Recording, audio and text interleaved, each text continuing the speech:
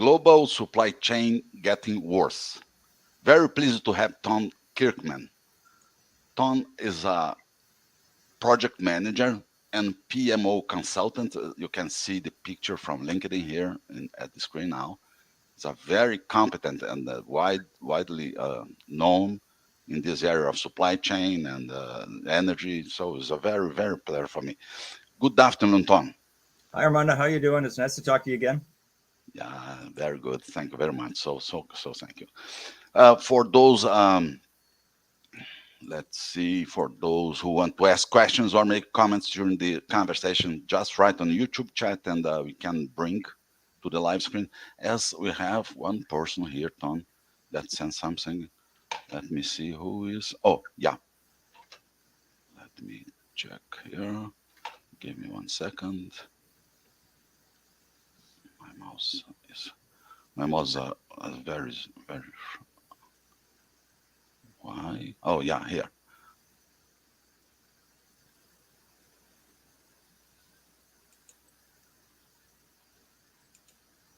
No, it's not working. Sorry, people, but something is wrong here. Just mine. No, it's not working. I don't know why. Okay, Tom, uh, please. The first point I would like to address to you is related to you said something like this: global supply chains are getting worse, and I would like to ask you which variables you consider to say this that getting worse. Supply chains are getting worse. Price, availability, shortage. What do you mean? What do you mean with this expression statement? There's a multitude of factors, and people sort of imply that they can't wait for supply chains to get back to normal, and that's not going to happen. The old normal that we had in supply chains globally doesn't exist anymore. There's a number of reasons for it. So this traces back to the lockdowns during COVID. So a couple of years of lockdowns created havoc with all sorts of things. Also, during the lockdowns, many governments around the world just started printing fiat money out of thin air, just printing money out of nowhere. That's causing inflation. Uh, the biggest culprit we have right now is the sanctions against Russia due to the conflict between Russia and Ukraine. And that is causing global supply chains to fall apart and get worse. That's the biggest culprit. So Russia is one of the largest commodity producing countries in the world. It's not just oil and gas. From memory, I think Russia has, well, I honestly don't remember, the amount of reserves it has of oil and gas are huge, but also wheat, a lot of minerals that are used for making, for example, the thing in diesel engines, the catalytic converters, that whatever minerals go into that, copper, coal, all of these things are being sanctioned. And what's happening is all the normal supply chains that used to go from Russia to the European Union and primarily to Germany, that's now all been disoriented. So what's happening now is Russia is now changing its supply chains to other countries that it deems less hostile, and it's going to China. They're the largest investor right now in Iranian oil and gas. Western media doesn't report this, so Iran's very happy about it. BRICS as a country, is a unit is coming together. Saudi Arabia wants to join BRICS. That'll change things as well.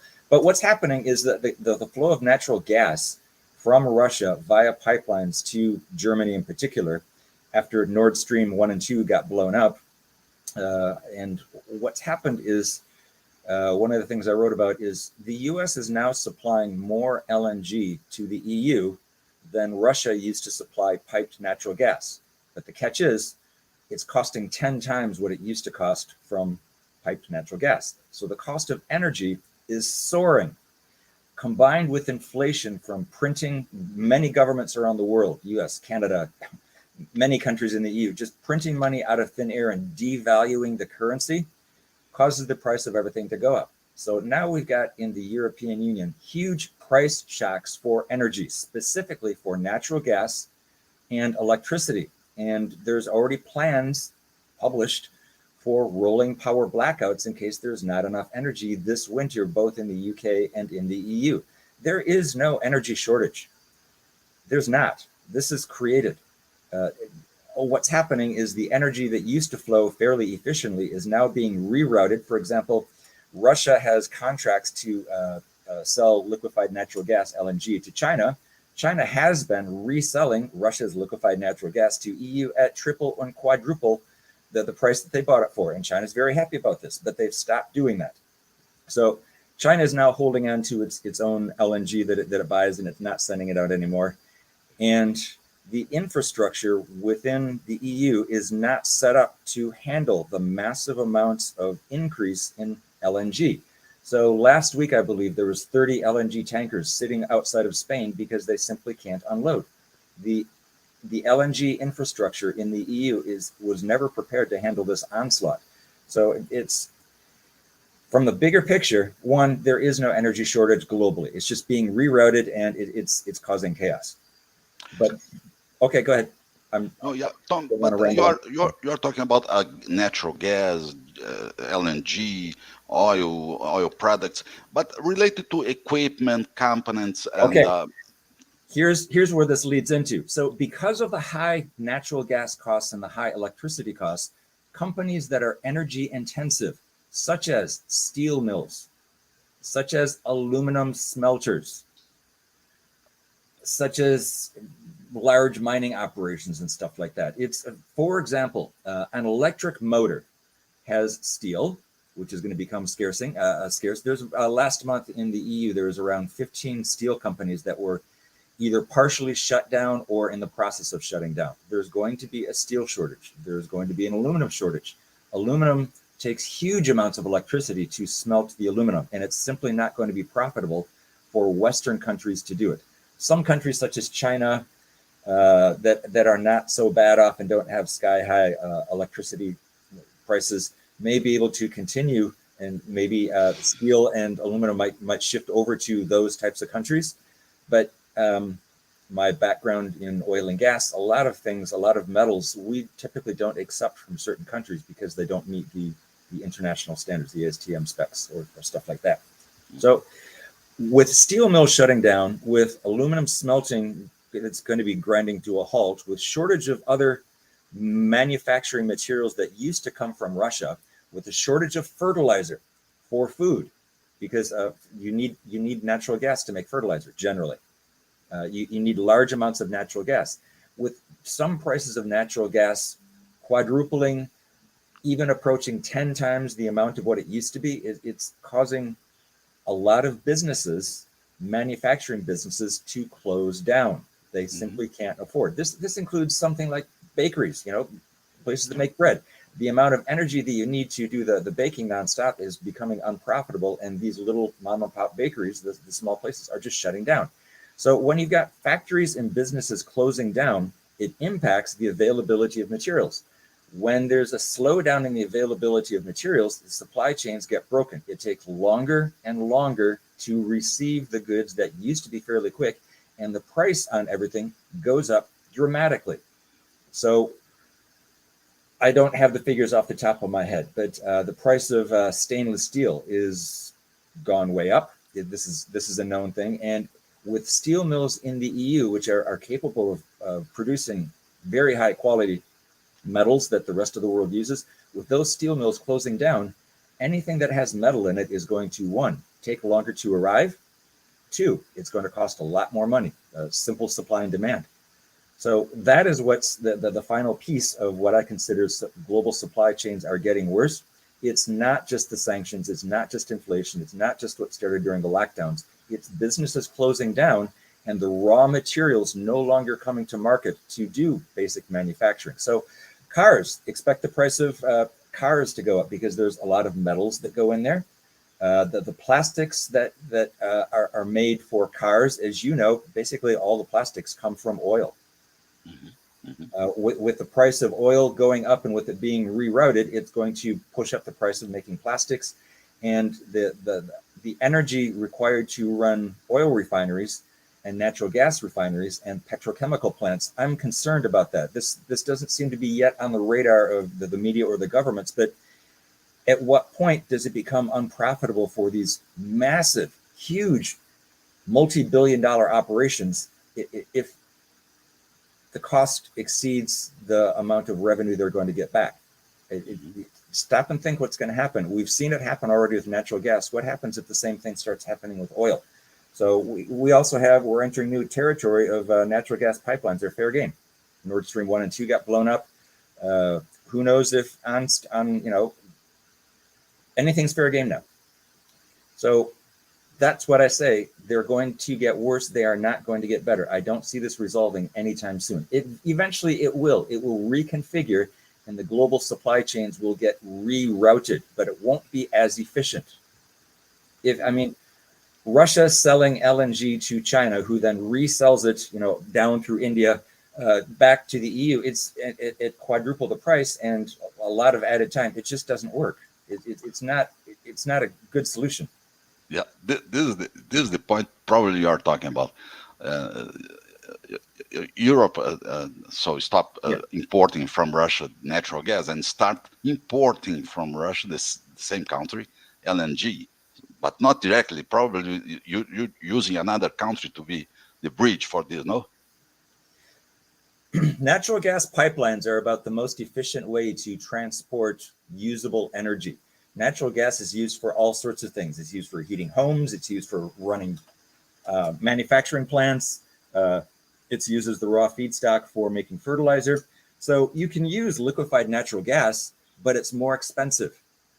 It's not cheaper. It's not more efficient. Example I sort of get amused when people say, oh, it's going to be the hydrogen revolution. Well, basically what you're doing is you're converting methane, natural gas, and putting it through a process and extracting hydrogen out of it and using the hydrogen for the fuel, where it would be simply much more efficient from an engineering point of view if you just use the natural gas rather than putting all that energy into the system and extracting the hydrogen. And hydrogen is very difficult. It makes metals brittle.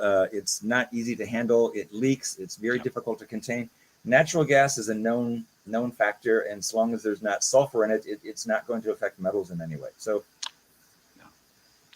And Tom, about the influence of sanctions that countries are applying to Russia and to China, commercially and in terms of global supply chain, what's the relevance of these sanctions and the consequence in the global supply chain?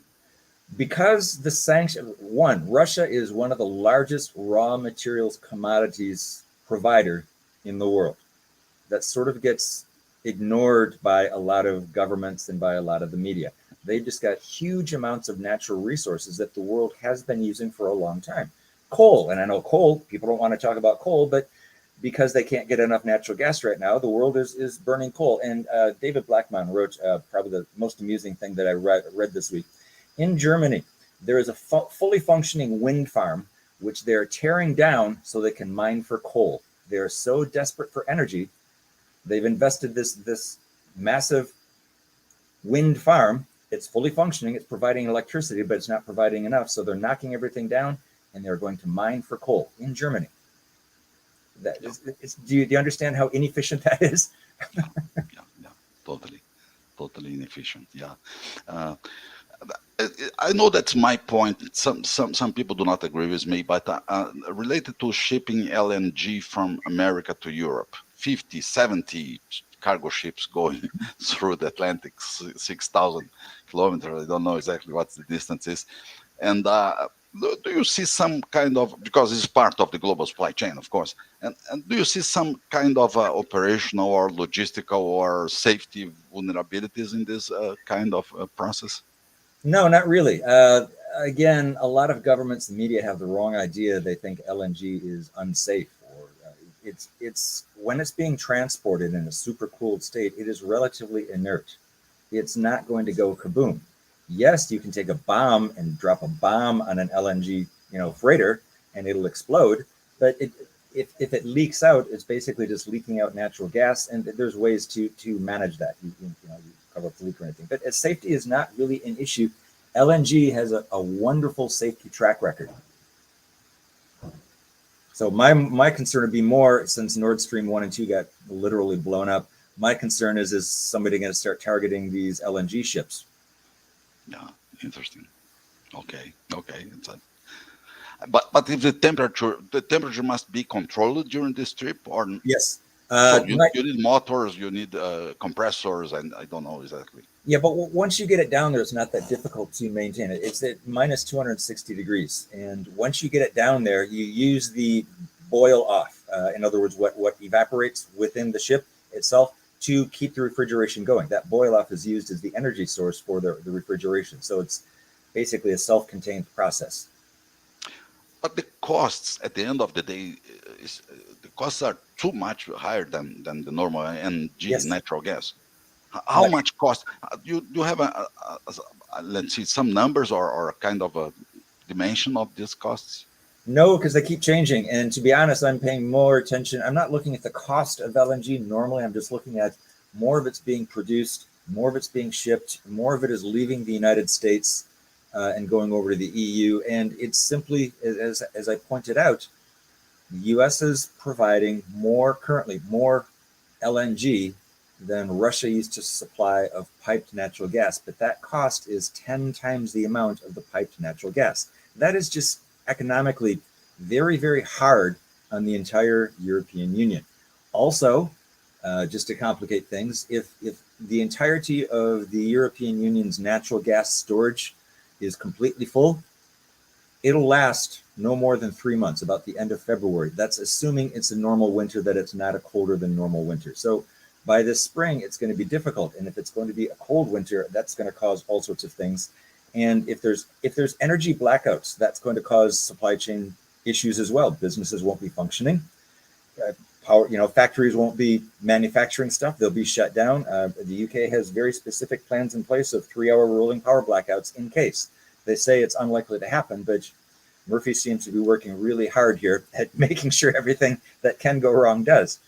So the energy prices and the energy rerouting is causing chaos to the global supply chains. Everything's costing more. It's taking much longer to receive what used to be fairly quick items. So motors, electric motors, are something that I'm currently dealing with, and the delivery lead times just keep getting pushed out more and more and more and more. And it's like every week we get an update. Sorry, it's going to be pushed out another 2 weeks. Oh, next week. Oh, sorry, it's going to be pushed out another three weeks. And there's nothing that they can do about it. It's not that they're incompetent. It's just that the raw materials are missing because of the supply chain hiccups, and the cost of producing this stuff due to the energy costs. That's a contributing factor. All of this adds up to getting goods shipped around is going to take longer and cost more. And until the global supply chains get reconfigured due specifically to the Russian sanctions, the sanctions against Russia and all the commodities that it exports, eventually it'll get worked out, but it's going to take a while. And also, a lot of the government analysts that I've seen in the EU are saying, well, this winter might be bad as far as energy for the EU. Next winter is probably going to be worse. That's a good point, because the sanctions, we are in the seventh level. I don't Yes, know how and 7. are still being more aggressive every day. And what the results that we can expect in this global supply chain related to the sanctions and to the new conversation between the other countries like China, India, Russia. The new, Well, what do you see this? BRICS is expanding. The BRICS alliance, Brazil, Russia, that whole group. Saudi Arabia wants to join. They've stated it very clearly. The Crown Prince has stated to the South African Prime Minister, I think it was, I can't I can't remember his name, that Saudi Arabia is interested in joining this because they are upset about the sanctions against Russia, and Russia is one of the allies of Saudi Arabia. They're part of OPEC plus. So as OPEC plus has worked out fairly good as far as the OPEC countries are concerned, and they're getting more power, BRICS is an ad hoc alliance of people, of countries that don't want to, they want to bypass the US dollar. They want to bypass the US, Canada, EU, Australia, the Western nations, and come up with their own conglomerate. So if Saudi Arabia joins BRICS plus and starts selling oil globally in local currencies such as, Chinese yuan, uh,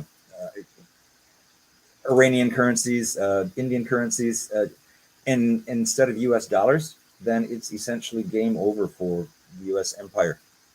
Not immediately. It'll take a while, but what's propping the U.S. up is the dominance of the U.S. dollar, and the reason the U.S. dollar is the dominance is because of basically oil is sold primarily in U.S. dollars, and for decades, the amount of oil sold globally was in U.S. dollars at about 80%.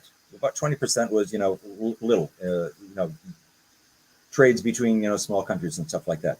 Well, now it's down to about 70. And my question: what happens to the dollar when it gets down to 50% or 40%? And that right there will affect global supply chains as well, because if the U.S. dollar falls, which is the reserve currency, currencies are going to go berserk, and that will be yet another impact and a whack against supply chains. It's just going to cause mass chaos and confusion. I wish I had some good news here. I really do. Yeah. Yesterday, Irene's lab, that you know very well because you made some events with her. Yep. And we are partnered with David Blackman. And she sent to us a question related to will we ever see the end of supply chain disruptions? My short answer is not anytime soon. I laughed when I read it. Yes, no.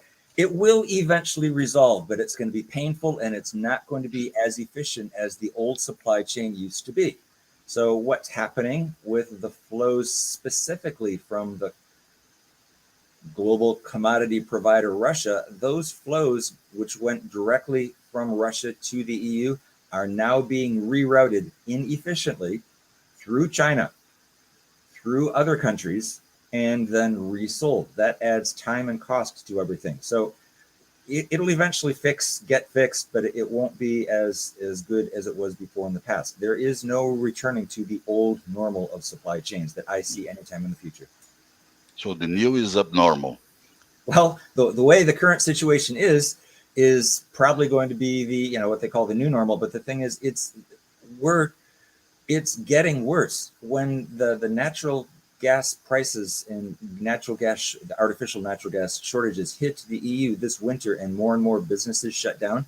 I've seen estimates from some government analysts that 60% of the industries in the heavy industries in Europe may shut down this winter simply because they can't afford energy. If that happens, think of the knockdown consequences. These are the unintended consequences of the sanctions against Russia. Today on LinkedIn, I posted a history of rats. It's a true story. Back about 100 years ago in I can't remember which country it was, Vietnam. They wanted to build a place for foreigners.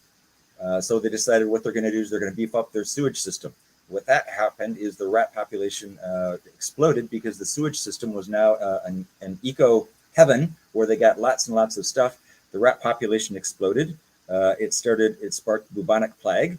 And then the government hired people to go try and kill the rats. And so many rats got killed that they couldn't pile the bodies up fast enough. So they told, just bring in the rat tails and you get a cash reward. So the unintended consequences of that government intervention is people started for-profit farms to grow rats so they can chop off the tails and sell the tails to the government for money. Do you see how the unintended consequences spin out of control? And this is why I keep highlighting, I don't agree with sanctions. I don't agree with sanctions against oil or gas specifically.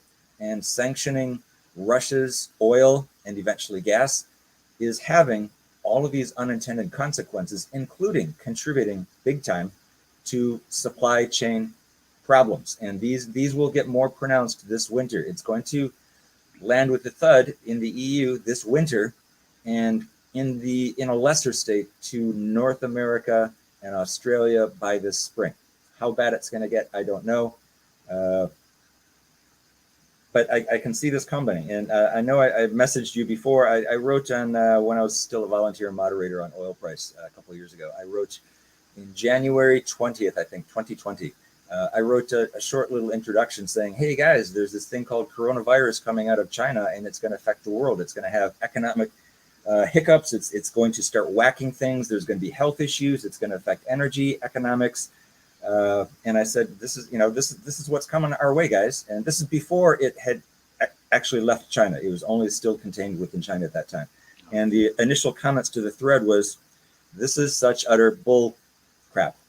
You don't know what you're talking about. So it's like, when I try and explain to people, this is what I see coming up, I anticipate getting that kind of blowback. And it's like, look, I'm just telling you my opinion. Doesn't mean I'm right. Doesn't mean I have a crystal ball. It's just based on past experience. Here's what I see coming up. And there's other analysts that are feeling the same way. So yes, I read Arena. I read David Blackman.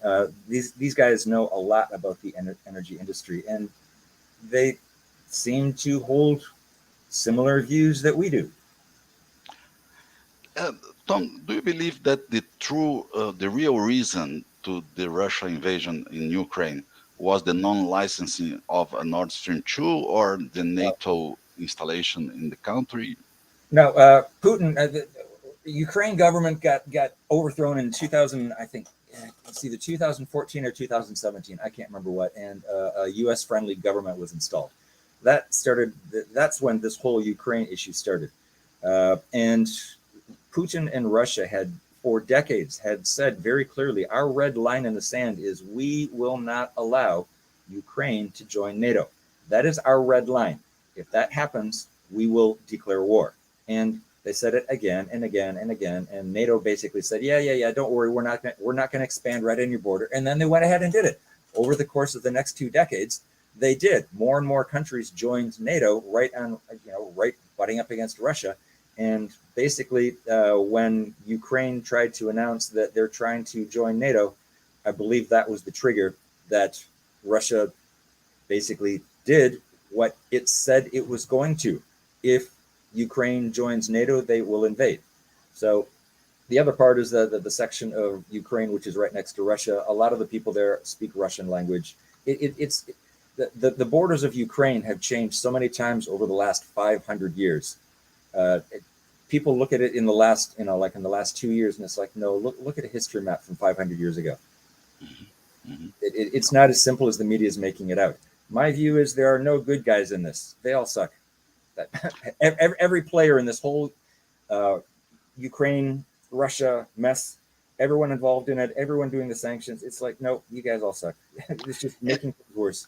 And what do you expect to the end of this conflict? You see something in the near time?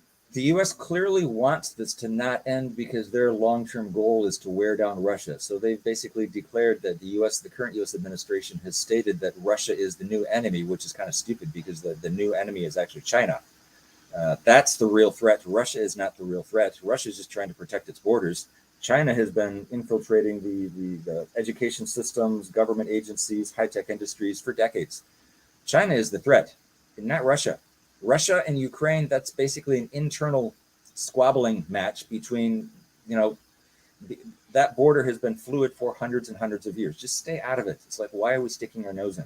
We don't belong in this. Yeah, great. We are going to the 30 minutes conversation. It was a fantastic conversation with a guy like you.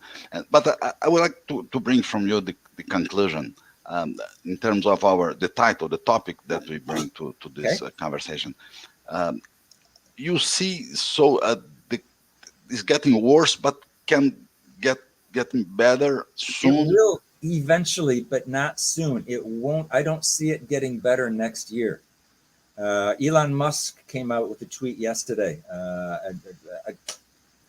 I don't really like the guy, but he's very intelligent. So somebody asked him, so when is this recession going to end? And yes, we are in a recession. Just because you change the definition of recession, and you can't just say, oh, we're not in a recession. 3 months. Yeah, 3 months. We're already in recession. So he said, somebody asked him, when will this recession end? He said, maybe 2024, spring 2024, something like that. So next year is going to be horrendous. And it's like lost year. Yeah, basically. The Queen would said, a horrible year, or I can't remember the phrase that she said, but a really bad, totally horrible year, something like that. Yeah, it's things right now, the way things are going with the combination of inflation, supply chain, energy costs, artificial energy shortages. There's going to be, if there's going to be widespread rolling power blackouts in the EU, I hope they're not, but it's quite possible. And I know Irina and David have basically mentioned on that topic as well. If that happens, then governments are going to have to change and the EU might start breaking up. By the spring of 2024, the EU, I think, is going to be different than the EU that we have currently. There's going to be some countries that are not going to manage this very well. Excellent, excellent. Thank you so much for this nice Sunday afternoon conversation, something that's very useful for all us. Thank you so much, Tom. Nice talking with you again. Always a pleasure, Armando. Yes. Have a good week. Okay, you too. All right, bye. You too, for everyone. Bye.